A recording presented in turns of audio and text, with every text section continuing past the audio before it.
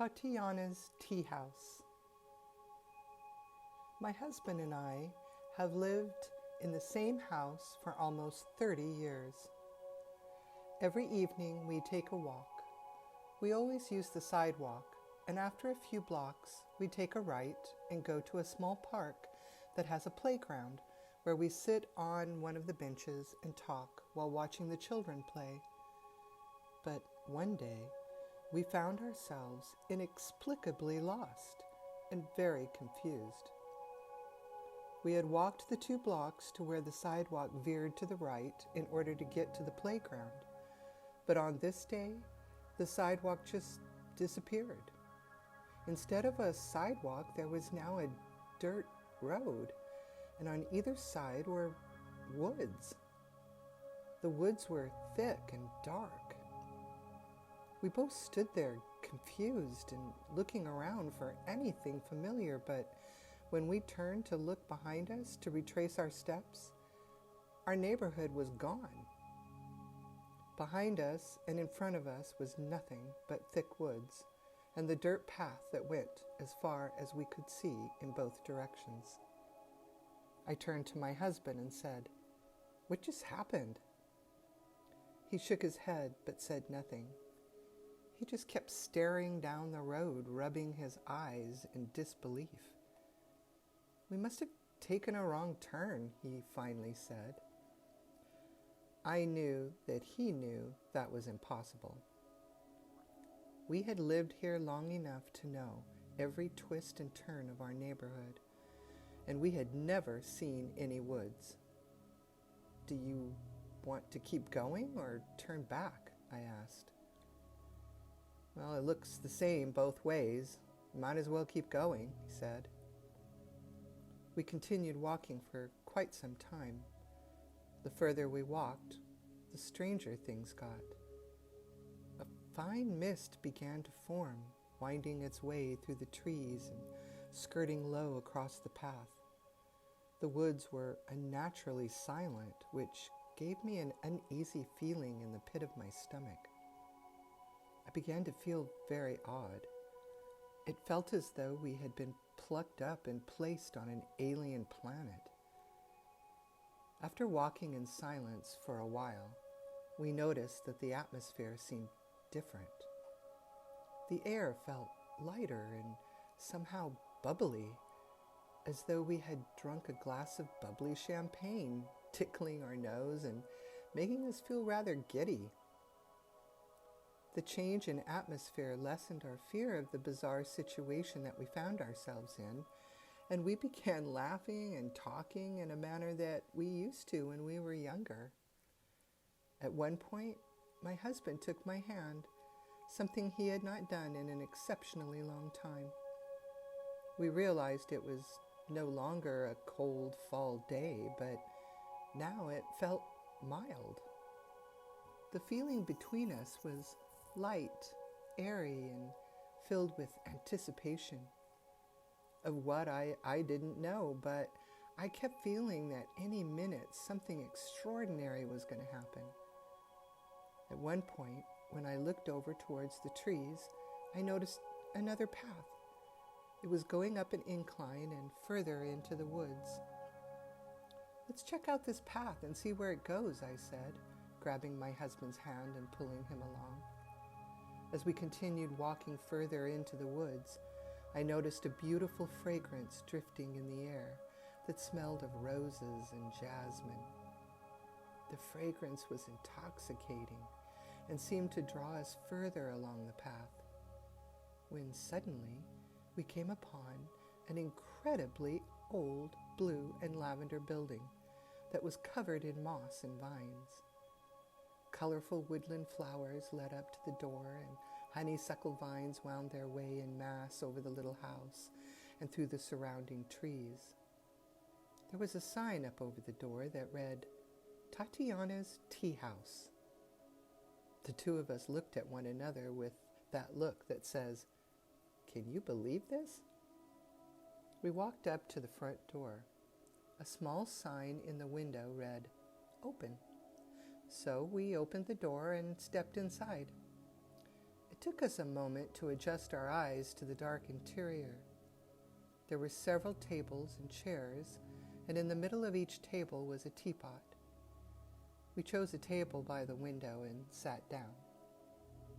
Within a short time, someone came out from behind a curtain that was located behind the bar.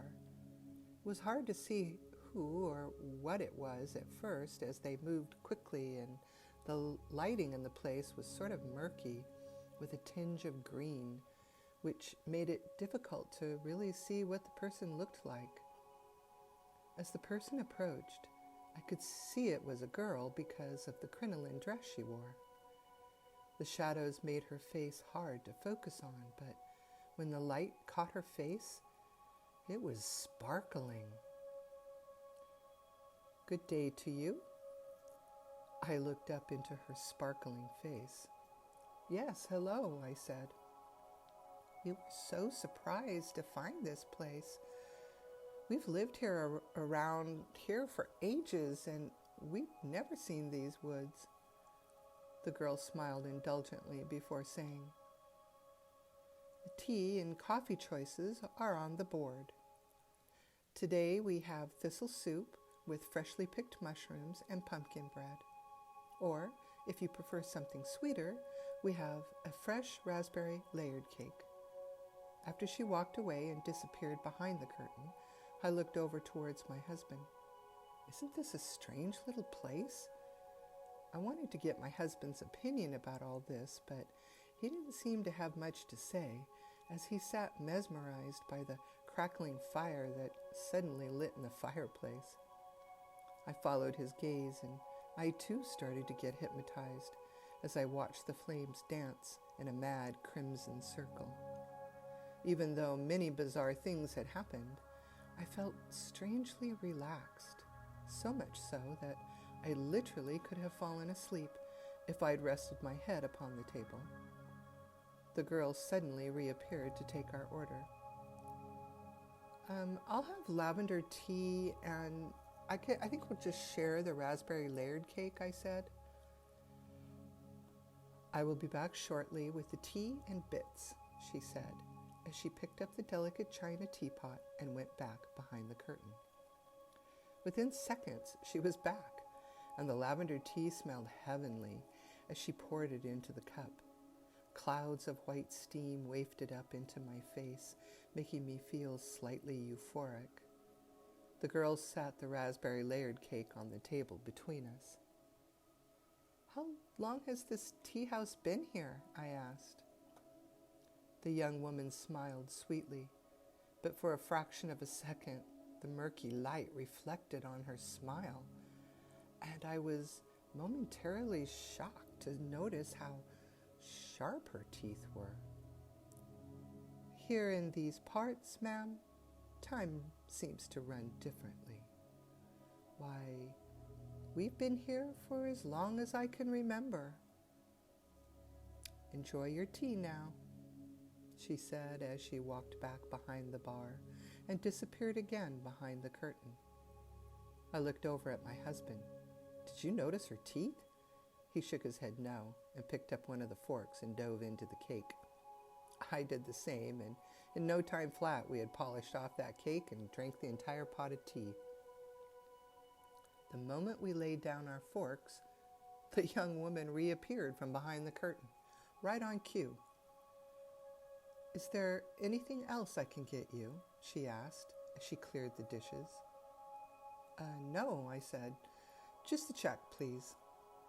And the tea and cake were delicious. No gold need be exchanged. We barter with wishes in these parts of the woods.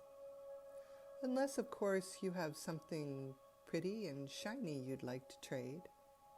As she said this, she glanced at my necklace. I was a bit confused, but got the gist that she would take my necklace as payment for the meal. I don't know why I did it, but I only hesitated briefly before slipping the necklace off and handing it to her. She gave me a knowing smile. "Very well, madam," she said, as she took the necklace and put it on. "For that, you be getting a wish." close your eyes and make a wish. If it be heartfelt, it will come to pass. I found this an extremely odd thing to say, but found myself doing it as she said. I closed my eyes and made a heartfelt wish. She walked to the door and opened it as we gathered our things. And as she opened the door and as the light shone through, a shadow of her was cast upon the wall. Strangely enough, on the top of her head was what looked to be the shadow of a crown. The thing was, she wasn't wearing a crown. As I walked down the stairs, I turned and asked, "Are you Tatiana? Is this your tea house?" She didn't answer, but only smiled, and as she slowly closed the door. We made our way down the path to the main road. It took us a few minutes to notice, but it dawned on us that it no longer looked like autumn, but now it was spring, and the leaves of the trees were tender and bright green. In fact, the woods were sparkling with thousands of dewdrops clustered on the leaves, grass, and webs. Dappled sunlight shifted and shimmered upon the woodland floor. They looked around in amazement, and then at each other. My husband stared at me. "You're so beautiful. You look so young." "Well, you look like a young girl again," he said in awe. "Look at yourself." I reached in my purse and pulled out my compact mirror. As I investigated my now unlined face and lack of gray hair, I was in shock. Then it hit me. My wish. I had wished for something that I thought impossible. I had wished to be young again.